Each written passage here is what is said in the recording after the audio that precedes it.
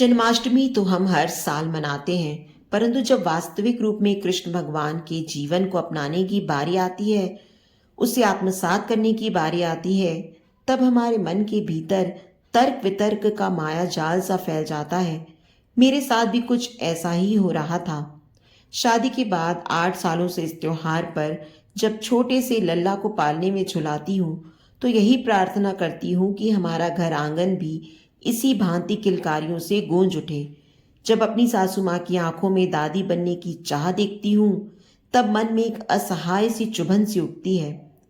आज भी मेरी सासू माँ दादी बनने की आस लगाए कृष्ण जन्माष्टमी की तैयारियों में व्यस्त हैं कि इसी भांति एक दिन उनके आंगन में भी छोटा मेहमान जरूर आएगा।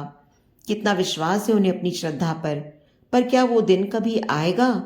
क्या सच में इस घर को लल्ला की शरारतें या छोटी सी गुड़िया की प्यारी सी हंसी नसीब होगी? मैं अपनी सोच में डूबी थी कि तभी मेरे पति अभी ने झुंझला कर मुझसे कहा, क्या सोच रही हो नेहा? अरे तैयार भी नहीं हुई अभी तक। याद नहीं आज फिर डॉक्टर ने हमें बुलाया है। हाँ, अभी बस मम्मी जी को पूजा की तैयारियों में कुछ मदद कर दूं, फिर चलती हूँ। नहीं बेटी, तुम लोग जाओ, वह काम ज्यादा जरूरी है। पूजा का सामान मैं ले आऊंगी, सासू माँ ने स्नेह से कहा। सच तो यह था कि मैं भी थक गई थी डॉक्टर के चक्कर लगाते लगाते। शायद मैं कोई बहाना खोज रही थी जिससे आज मुझे डॉक्टर के पास ना जाना पड़े। यदि मेरी यह हालत है तो अभी की झुंझलाहट तो अपनी जगह बिल्कुल सही है। आखिर यह सब मेरी ही जिद का नतीजा है। अभी भी मेरा साथ देते देते थक चुके हैं और यह झुंझलाहट उसी का परिणाम है। मैं जानती हूँ संतान की लालसा लिए मझधार में रहने वाले अभी का मन अब किनारा चाहता है। आखिर कब तक और किस उम्मीद पर मैं उनके साथ ये खेल खेलूंगी?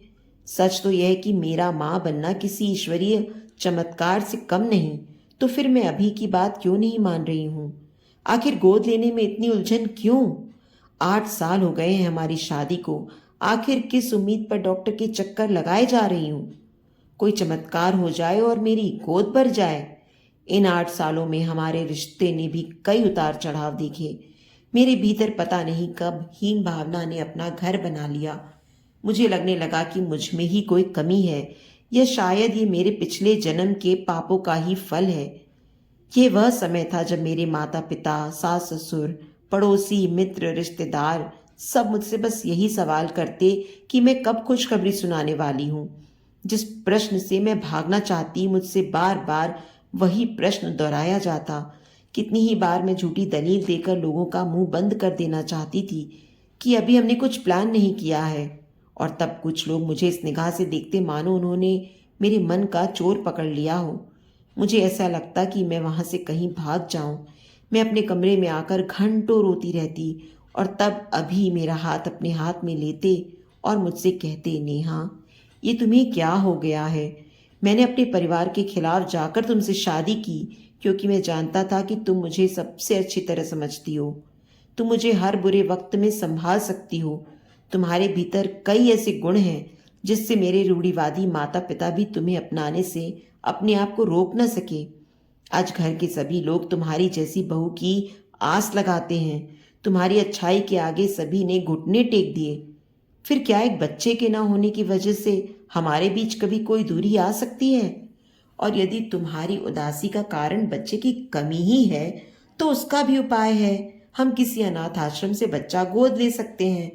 मैंने कितनी बार तुम्हें कहा है, पर पता नहीं क्यों यहाँ आकर तुम्हारी बुद्धि पर जैसे विराम सा लग जाता है। तुम आगे कुछ सोचना ही नहीं चाहती हो। नेहा, आखिर यह फैसला लेना तुम्हारे लिए इतना कठिन क्यों हो रहा है? अभी के इस प्रश्न पर मैं चुप हो जाती। आखिर मैं क्या जवाब देती? अभी ने कुछ गलत तो नहीं कहा। मैं जानती हूँ मैं पढ़ी लिखी आधुनिक ख्यालों वाली युवती हूँ, पर इस मामले में मेरे विचार रूढ़िवादी क्यों हो जाते हैं? क्या सच में हाथी के दांत दिखाने के कुछ और, दिखाने के कुछ और होते हैं? मुझे कहीं किसी चीज का भय तो नहीं, या फिर मेरे भीतर विश्वास की कमी है? सच क्या है मुझे स्पष्ट नहीं पता, परंतु कुछ तो है जो इस फैसले में रुकावट ला रहा है। मेरे मन में यह क्या तूफान मचा है? मैं किस दिशा में और क्यों बस भागी जा रही हूँ। तूफान भी कुछ समय बाद थम जाता है, पर मेरे भीतर का तूफान क्यों नहीं थमता? मेरे मन को स्थिरता क्यों नहीं मिलती? पर कुछ ऐसा ही तूफान तो माँ जी के मन में भी आया होगा, जब उनके अपने बेटे ने उनकी मर्जी के खिलाफ जाकर मेरा हाथ थामा। उनका मन भी इसी प्रकार अस्थिर रहा होगा। अभी कुछ साल पहले ही तो उन्होंने मुझे मन से स्वीकारा, और यदि उन्हें यह पता चलेगा कि अभी बच्चा गोद लेना चाहते हैं, तो वह क्या सोचेंगी? वह बार बार उपेक्षित महसूस करेंगी। नहीं नहीं, मैं उन्हें बार बार उपेक्षित महसूस कराकर अपने मन का बोझ और नहीं बढ़ा सकती। दूसरी ओर, क्या मैं खुद इतनी मजबूत हूं कि किसी दूसरे के बच्चे को अपने सीने से लगा सकूं? क्या मैं उसे स्नेह और ममता दे पाऊंगी जिसकी वह उम्मीद करेगा? यदि मैं ऐसा ना कर सकी तो क्या मेरे माता पिता उसे अपने नाती नातिन की तरह प्रेम करेंगे, या उसके और मेरे दादी दीदी के बच्चों के बीच भेदभाव किया जाएगा? यदि सब लोगों ने उसे अपना भी लिया, तो क्या जब उसे हकीकत पता चलेगी वह मानसिक रूप से हमसे दूर तो नहीं चला जाएगा? तब उसके दिल पर क्या बीतेगी? आज के दौर में जब अपने बच्चे ही अपने नहीं होते, तब किसी और का खून क्या हमारा हो पाएगा? न जाने ऐसे कितने सवाल मेरे मस्तिष्क में बार बार उठ रहे थे। अरे नेहा, तुम अभी तक यहीं बैठी हो? क्या सोच रही हो नेहा? तुम ठीक तो हो ना? तुम यदि डॉक्टर के पास नहीं जाना है तो कोई बात नहीं, अभी ने मुझसे प्यार से कहा। मैंने झट से कहा, अभी मैं आज अनाथ आश्रम जाना चाहती हूँ।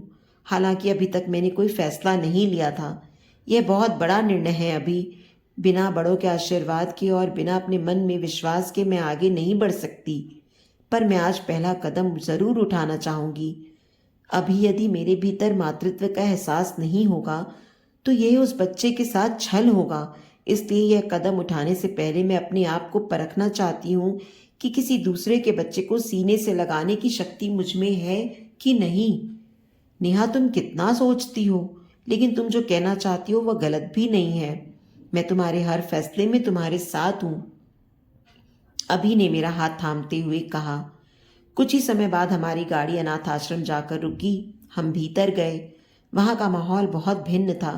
जिंदगी में पहली बार मैं अनाथ आश्रम गई थी। मैंने महसूस किया कि कितनी ही जिंदगियां जिंदगी को तरस रही हैं। हम बच्चे के लिए तरस रहे हैं, और ये बच्चे माता पिता के स्नेह के लिए। फिर भी हम इन्हें अपनाने में हिचकते क्यों हैं? जैसे ही मैंने बच्चों के माथे पर प्यार से हाथ फेरा, मैंने महसूस किया कि मातृत्व तो औरत के भीतर है, औरत का अंग है। यह तो अपने आप ही उमड़ पड़ता है। मेरे आंखों से आंसू छलक आए। तभी लगभग 2 वर्ष का एक बालक आकर मुझसे लिपट गया और माँ माँ कहता गया। मैंने आंखें मूंद कर उस पल को जीना चाहा, उस एहसास को अपने भीतर समेटना चाहा कि अचानक आश्रम के लोगों ने उसे मुझसे हटाकर अपनी गोद में ले लिया। बाद में मुझे बताया गया कि वह बालक हर औरत को माँ कहकर ही बुलाता है, और ऐसे ही सारा दिन माँ माँ बोलता है। अभी ने मुझसे अब घर चलने को कहा। मैं गाड़ी में चुप रही। अभी ने भी मुझसे कोई बात नहीं की। वे जानते थे कि मेरे अंदर क्या चल रहा है। हम घर पहुंचे। अगले दिन जन्माष्टमी का त्योहार था। माँ जी कृष्ण भगवान का पालना सजा रही थी। मैंने उनसे पूछा, माँ, कृष्ण भगवान को जन्म तो देवकी ने दिया था ना, परंतु पौराणिक कथाओं में कृष्ण की माता के रूप में यशोदा मैया को ही पूजा जाता है ना माँ? यहाँ तक कि स्वयं कृष्ण ने सबसे ज्यादा स्नेह अपनी यशोदा मैया से ही किया। कृष्ण तो जानते थे कि उनकी जन्मदाता कोई और है, परंतु उन्होंने उनका पालन पोषण करने वाली यशोदा माँ से ही सबसे अधिक स्नेह किया, और यशोदा ने भी उन पर अपनी ममता न्यौछावर कर दी। ऐसा क्यों माँ? मेरी सासू माँ ने हंसकर कहा, बेटा, वो इसलिए क्योंकि जन्म देने वाले से कहीं ज्यादा बड़ा पालने वाला होता है, जैसे कि स्वयं कृष्ण जी के साथ हुआ। माँ, यदि यशोदा मैया के जीवन में लल्ला के आगमन से उनका आंगन किलकारियों और शरारतों से गुंजित उठा था, तो अपने आंगन में किसी देव की माँ का लल्ला क्यों नहीं आ सकता? मैं उस लल्ले की यशोदा मैया क्यों नहीं बन सकती? यदि मैं यशोदा मैया की तरह अपनी ममता उस पर न्योछावर करूंगी, तो वह कृष्णा की तरह मुझसे स्नेह क्यों नहीं रखेगा? माँ, क्या वक्त के साथ प्रेम कभी बदला है? यदि वह तब संभव था तो अब क्यों नहीं? माँ, अब मैं जन्माष्टमी अपने लल्ला के साथ मनाना चाहती हूँ, परंतु आपके आशीर्वाद के बिना मैं आगे नहीं बढ़ सकती। हम आज अनाथ आश्रम गए थे, डॉक्टर के पास नहीं, और वहां मैंने वह महसूस किया जिसे मैं शब्दों में बयां नहीं कर सकती। यह कहकर मैं रोने लगी। अभी वहीं थे, उन्होंने कुछ नहीं कहा। माँ जी अभी भी पालने में फूल लगाए जा रही थीं। कुछ समय बाद उन्होंने मेरी तरफ देखा। उनकी आंखों से अविरल आंसू बहे जा रहे थे। वो बोली, पिछले जन्म में कौन से पुण्य किए थे मैंने जो तू मेरे घर लक्ष्मी बनकर आई। तेरे संस्कारों की छाव में क्या कभी कुछ गलत हो सकता है। आज तूने यह सब कहकर मेरी आंखें खोल दी।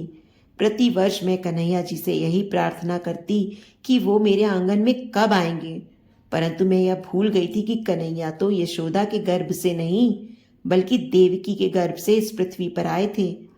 जा बेटा जा, आज अपने लल्ला को घर लाने की तैयारी कर। अभी और मैं माँ के गले लग गए और तब मैंने जाना कि यदि ईश्वर हमें कोई संकट देते हैं तो साथ ही उसका समाधान भी जरूर देते हैं। ये हम पर निर्भर करता है कि हम अपने संकट को समाधान के लिए कौन सा रास्ता चुने, और जो फैसले दिल से लिए जाते हैं वो कभी गलत नहीं होते। तो दोस्तों, उम्मीद करती हूँ आपको आज की हमारी एक कहानी पसंद आई होगी। कहानी पसंद आई है तो वीडियो को लाइक और शेयर करें। चैनल पर नए हैं तो चैनल को सब्सक्राइब करें। नोटिफिकेशन बेल को ज़रूर दबाएं ताकि अगली कहानी का अपडेट सबसे पहले आपको मिले। आपके प्यार और समर्थन का हमेशा इंतज़ार रहेगा।